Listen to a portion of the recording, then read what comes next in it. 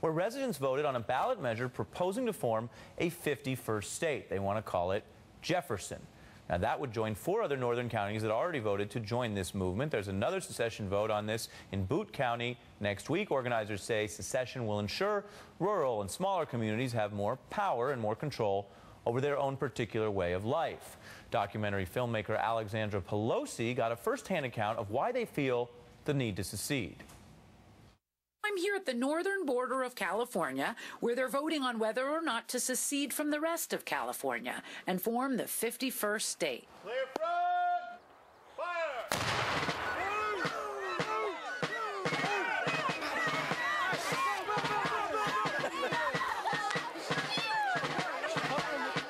Why do you want to secede from California? The reason we need to do this is because our survival depends upon it.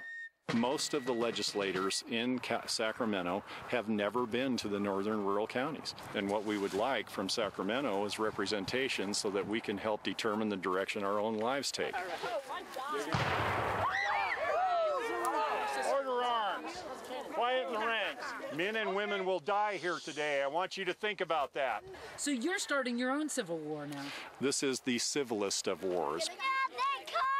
This is about taxation without representation, and we know our votes don't count. The urban agenda, the urban legislators absolutely overwhelm us. The time has come for 51. We have to do this now. Sorry for interrupting you. No, that's all right. We're just having some fun fighting. We have nothing against San Francisco or Los Angeles. We just that there's laws that get passed in those areas by those representatives that don't necessarily have the viewpoint of what we have up here. If the government's not willing to come up here and visit with us, we can't expect them to understand us. Sometimes I feel like I'm treated like a foreigner in my own state. Sometimes I feel like they treat Siskiyou County like it's you know, another world or another country.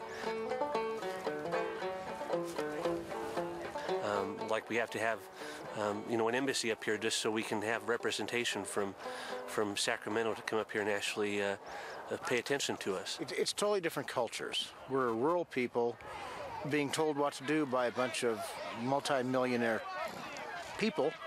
They're all fine with smoking pot, but if you want to own a firearm, well, I guess that's not good. So it's okay to get stoned, but it's not okay to defend yourself if somebody breaks into your house. But if you get your 51st state, how are you going to sustain yourselves? You don't have business here. Like Hollywood has movies. San Francisco has tech. You don't have anything here. This area has ranching, it has farming, it has lumber, it has mining, it has fishing along the coast.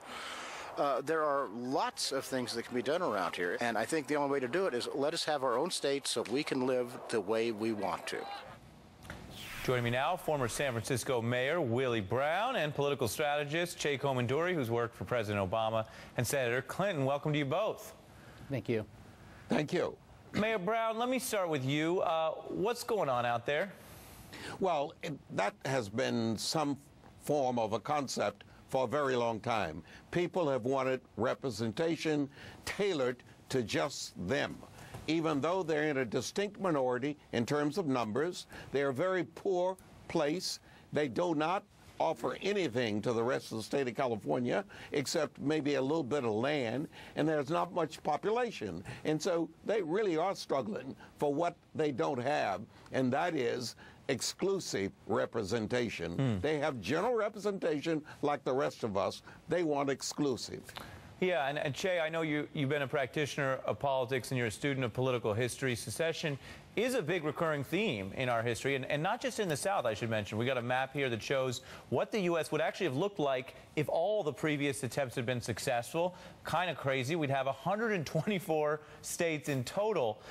What do you make of this sort of recurring or perpetual interest in and out of the South, in and out of the Confederate reference to the politics of secession? Yeah, look, this is not really a new problem. I mean, the country mouse and the city mouse have been at loggerheads since the time of Aesop.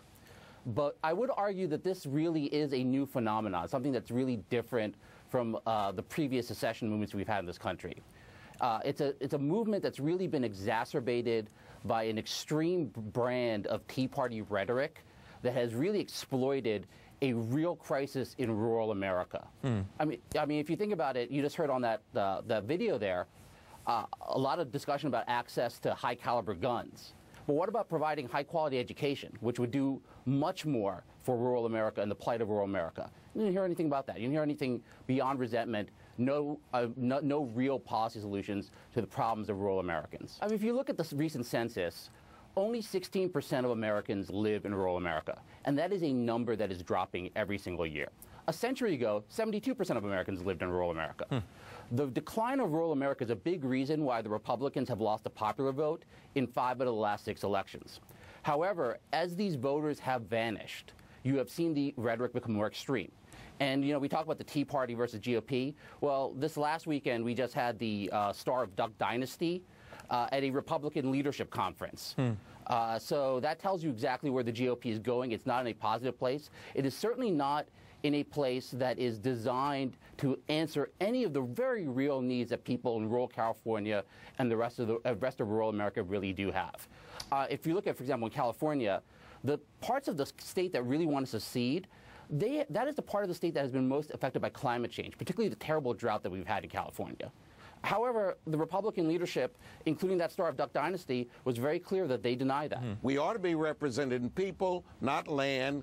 We should be representing people, not trees. And that's what this nation has said in its democratic way. And believe me, rural America has got to be obedient to that, as rural America was years ago.